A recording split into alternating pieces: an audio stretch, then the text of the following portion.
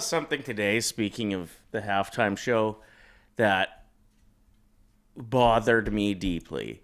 It was Us Weekly, which isn't known to be like a prestigious magazine, but it's also not known to be a tabloid. They released an article that said over 50% of NFL players are displeased with the choice of Bad Bunny for the halftime show. I'm like, this is the most rage bait, clickbait bullshit I've ever seen. Yeah, they're not thinking about the halftime show. They probably asked them, like... Can you turn it down a little bit? I'm trying to stretch. Would Bad Bunny be your first choice? But the way they spun it as if, like, they're angry who the halftime show is, so ridiculous. It's just to get the comment section arguing with each other. Mm-hmm. The world has just gone to the only way to really win is get divisive as hell. Yeah, let's do that with our podcast episode tomorrow. Let's get a rage bait caption going. Yeah. Ryder and Lisa split. And then when you come on live, a piece of cheesecake and enjoy it. And we'll see if it takes off. Sure. Lisa hits Ryder live on the show. With a compliments. With a new Kendrick song. What's your favorite Super Bowl halftime performance? I was too young to really I was way too young to watch it. But 1993 Michael Jackson, like being able to watch that footage on YouTube after, absolutely incredible. Prince, Purple Rain. Yeah. Didn't it rain while that song was on? Or is that a rumor? Incredible. I would say, like, in recent history, when they had, like, the big dogs, Dre, Eminem, 50 Cent. Okay. When 50 Cent came out of nowhere, he wasn't even announced on the lineup, and he came and he was upside down, like, in his music video. Like, I was thoroughly entertained, and I remember being in a room full of people, and everybody liked that one.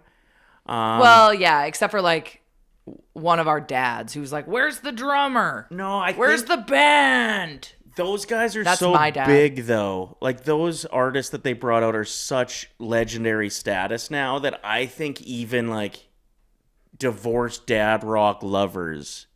What's divorced dad rock? Creed, Default, we're talking Hoobastank. I'm thinking a little older. Oh, like Steely Dan. A little younger. Right in between. Motley Crue. 80s, yeah. Guns N' Roses.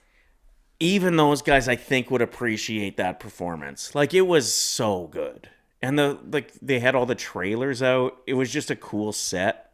I like the Weeknd's solo performance. As far as underrated Super Bowl performances go that I really liked, I thought the one right after the New Orleans hurricane where they had U2 and Green Day together. You know how I feel about U2. I know, but it was just like really uplifting, and that city and the country needed it because Hurricane Katrina was awful. The only U2 song that is good is One Love, specifically the one that features Mary J. Blige. Listen, everything else sucks. Vertigo, put it in the trash. I feel like you saying you don't know the lyrics to any Kendrick songs means that your music opinion shouldn't be taken seriously. I circled back. U2 rips. No. Well, maybe it's time for you to go for a drive and want to get emotional then. I can do that by listening to Vertical Horizon. U2 is Vertical Horizon's daddy. That's like Vertical Horizon wouldn't exist if it wasn't for U2. It's true. It's emotional rock. That would be the category, and U2 are the kings of it. Can we get a poll up in the chat, Reese? U2. Team U2. Rips are terrible. Pro U2. Like Savage Garden, U2 is their daddy. Not even close. Yeah. I'll Fly You to the Moon and Back. Uh-huh. U2 wishes they could write lyrics like that. I bet they were listening to U2 when they wrote that song. That is a good song, though. It is. Chica Cherry Cola. I've never listened to U2 because of that. Because of what? Oh. Put on One Love. Oh, a lot of people are still upset about it. What's going on in the chat? We need to... Okay, let's zone back in. What's happening?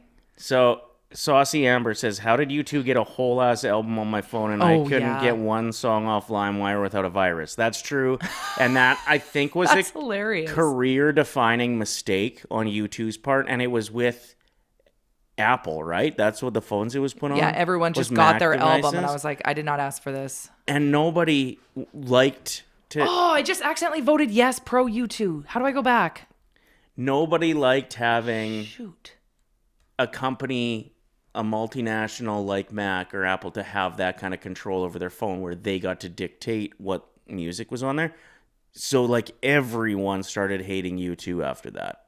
They'd still be playing, like, sold out stadium tours all over the world. I think Vertigo ruined U2. No. Hey, yo, shh. Is what I say. When that song, I go, shh.